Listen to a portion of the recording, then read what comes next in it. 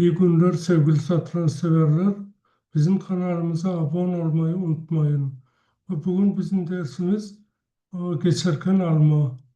Kaynaklardan aradım materyalleri, örnekleri ama hiçbir şey bulamadım. Kitaplarda sadece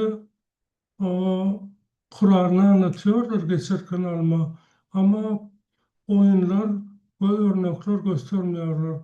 Ve yıllarca toplan materyallerimi öz pratikamda sizinle paylaşmak istedim. Bu anda beyazların kazanç durumu var ve sadece şahı piyonlara yaklaştırmalı. Şah G2 yapmalı. Bu şah G5'ten sonra şah F3 ama oyunda beyazlar B2'deki piyonu B2 B4 hamle yapıyorlar. B2'den piyon B4'e geçiyor ve karşıdasın piyonla aynı sırada duruyor. O aynı piyon, o karşıdaki piyon onu geçerken almayla alabiliyor. Ve oyun beraberlikte tamamlanıyor.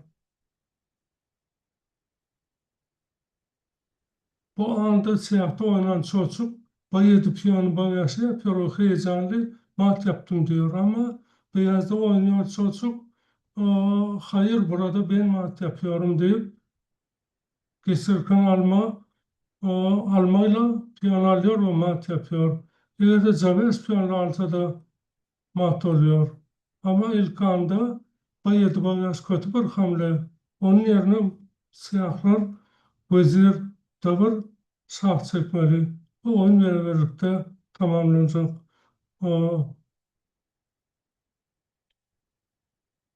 Bu benim bu konuda geçerken alma konusunda sevgili örneğim beyaz piyon D2'den D4'e D2'de 4 hamle yapıyor. Ve soruyorum çocuklardan siyahların kaç piyonu bu piyonu alabilir? Ve cevaplar durulu oluyor. Kim bir diyor, dört, iki diyor, üç diyor, dörttür ama doğru cevapla dört piyonla alabilir siyahlar. C5 piyonla ve E5 piyonla ve iki piyonda C4'teki ve E4'teki geçerken alma kuralını kullanıp alabiliyorlar. Dört piyonda alabiliyordu dörtten sonra. Bu durum 2005'te Tayland'da 10 yaş kızların arasında Asya Şampiyonası'nda oldu. Beyazda benim öğrencim o Daniel Ho oynuyordu Singapurlu ve bize bir puan çok lazımdı. Ama oyun beraberlikte geçti ve beraber tamamlar diye bekliyordum ama bu anda karşıdası hayırlı piyanı havası yaptı.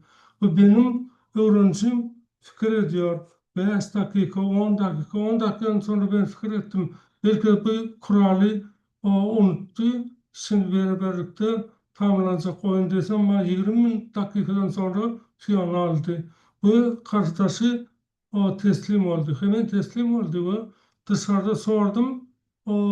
Ne hakkında fikir ettin diyorsam ol diyor emin değilim. Alabiliyorum mu, bilmiyorum mu? Ama aldım diyor. Nasıl karar verdin desem, hekim anlatacak eğer yanlış olsa diyor. Aynı hatayı bu oyunda siyahlar yapıyor. Hayat yapıyor, havası yapıyor. Bu oyun Rusya'nın Brand şehrinde oynanan oyun. Gervitz beyazlarda, başka siyahlarda. Beyazlı o siyahlar hayattan havası yapıyorlar. O hayatı havas hamle yapıyorlar. Bu beyazlar alıyorlar. Ve aldıktan sonra beyazlar kale kadar yapıyorlar. O siyahlar teslim oldu. Benim fikrimce onlar hesapta sadece hayatı o hamleyi hesapladılar. Ve sahada yedi. Orada siyahlar kazanıyorlar. Ama beyazlar burada kale H4 yaptılar. Ama ilk durumda H7 H5 yerine kale A6 ile hamle ve H7 piyon alsalar şah E5 ve at E4. Bütün oyun önde.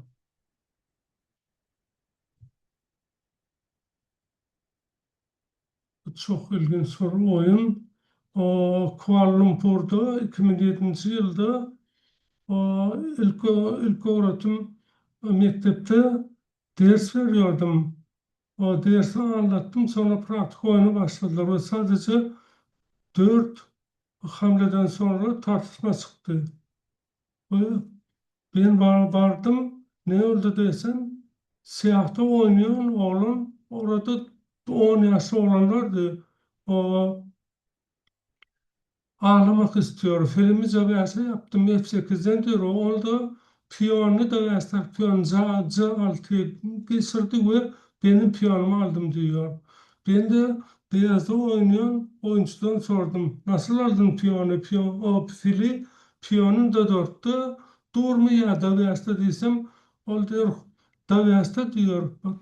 Ama o nasıl alabiliyorsun desem hocam bakın diyor. Bu fil öncül hamle yapamadık fil ilk hamlesinde F8'den E7'den ve D6'dan değil diyor. F8'den Cevez F8'den Cevez hamle yaptı diyor. Ve ben de alabiliyorum diyor. Ve ben de diyorum eğer piyon o C7'den de Cevez'e o piyon C7 Cevez hamle yapsa onu geçerken o alma oluyor. Sen piyon alabiliyorsun ama burada fil diagonal boyunca geliyor diyor. Hem de dedim unutmayın çocuklar bu kural sadece piyonlar için, taşlar için değil dedim. Her şeyi anlatmalı çocuklarla çalıştım. Bu benim kendi oyunum. 1987 yılda Moskova'da oynadım. Benim rakibim Vasin ve bu anda ben kale davır yaptım. Tek açık hattı eledim ve orada E4 yaptı. F4 oynadım ve şimdi büyük bir hata yaptı. O bilgisayar şah H7 diyor ama ondan sonra da benim oyunum daha iyi. Kaleciler salıyorum ama oyunda o hata yaptı. O F4 yaptığı zaman geçerken almayla piyonumu aldı. Ben sağ çektim ve karşılaşım teslim oldu. Cevabı şahı yedikten sonra filde 3 mat olacak. Bu durumda geçerken alma kötü hamle oldu. Bu oyun 1985 yılda Nahçıvan'da oynadık. Sovyetler Birliği'nin takım yarışıydı. Her takımda 3 erkek, bir kadın, bir genç ve bir kız oynuyordu. Ben Gençlerin masasında oynadım. Ve bu oyunda benim kardeşim Belkin, Özbekistanlı. Ben vezir F4 yaptım. F7 piyon almak istiyorum. Şimdi siyahlar nasıl korumalı? Eğer fil A4 yapsalar bu iş yapıyorum. Fil E8'e atıyı alt alıyorum. Ol burada F6 yaptı ama F5 en iyisi. Burada F5. Bu ben almalı oluyorum. Sebebi alamazsam sağ kanat kapatılıyor. Alıyorum. Vezir F4'e fil F4, fil E8'e F7. Bu kaleye 3 benim durum iyi oluyor. O F6 yaptı. Yine varyasyon göstermek istiyorum. Eğer aldık zamandan sonra eğer yapsa siyahlar. Onda F7 alıyorum. Veziri feda ediyorum. Sonra C8 sağ çekiyorum ve fil sağ alıyor F8'i. Fil F4. Vezir C6. İki hamlede mat yapıyorum. Ama o burada F6 yaptı. Belki de sadece E5 alıyor, F6 bekledi. Ama ben bu piyonu vezirle aldım açmadı kullanarak. Şimdi vezirde 8 yaptı. Vezir F7 şah çekiyorum. Şah 8 at alıyor E6'yı. Şimdi vezir fil E3 kale bek ve bir hamle buldum burada. Fil B6. Vezir aynı zamanda F8 ve D7 kareleri korumalı. Eğer o oyunda vezir o fil gaves yaptı ve ben onun vezirini aldım ve teslim oldu. Eğer vezir D7 yapsa siyahlar, onda F8'den mat yapıyorum. Onun için bu anda vezir F4, eğer siyahlar F5 yapsalar, ben onu almalı oluyorum.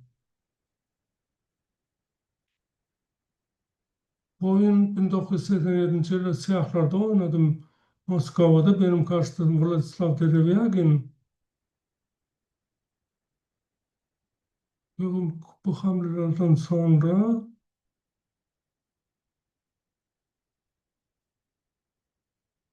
Vezir H5 yaptı, G6. Vezir H6. Ben bilmiyorum. F5 yaptım ben. Ve benim karşıdaşım o geçerken almayı kullanarak aldı piyonu. Ve birkaç hamleden sonra beraber razı olduk. Ama bilgisayar gösteriyor burada. F6 almalı değil. Sadece at F3 yapmalı beyazlar. Ve bilmiyorum burada ne o? Nasıl oynamalı? Kale F'de N8 oynasam fil F5 alıyor. Piyon alsa, eğer piyon alsa siyahlar. Şimdi piyon yok. Bu vezir F6 o kareye hücum yapıyor. Bu beyazlar E6 kazanıyorlar şimdi. Gayetten mat yapmak istiyorlar. Eğer at F3 fil F8'de fil F5'e fil F8 yapsa onu beyazlar vezir G5 oynuyorlar. Bu yine daha iyi oyunları. Fil G7, E6 ve at F3'ten sonra benim fikrim o beyazlarda yine bir çok iyi plan var. H, piyon H2, H4 sonra H5.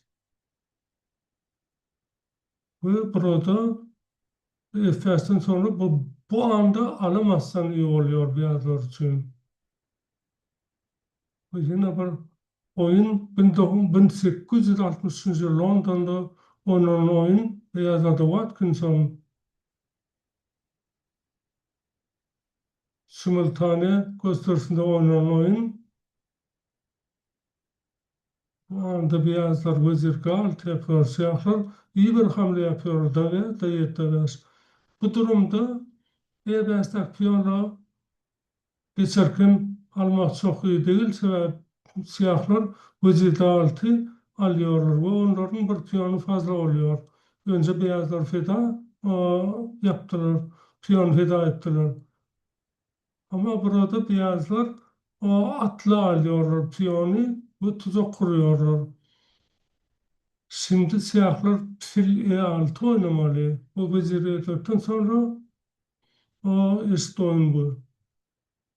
Ama siyahlar büyük bir hata yapıyorlar. Veziri alıyorlar ve beyazlar başlıyor ve iki hamlede mat yapıyorlar. Ve atalan G6 beyazlar mat yaptılar.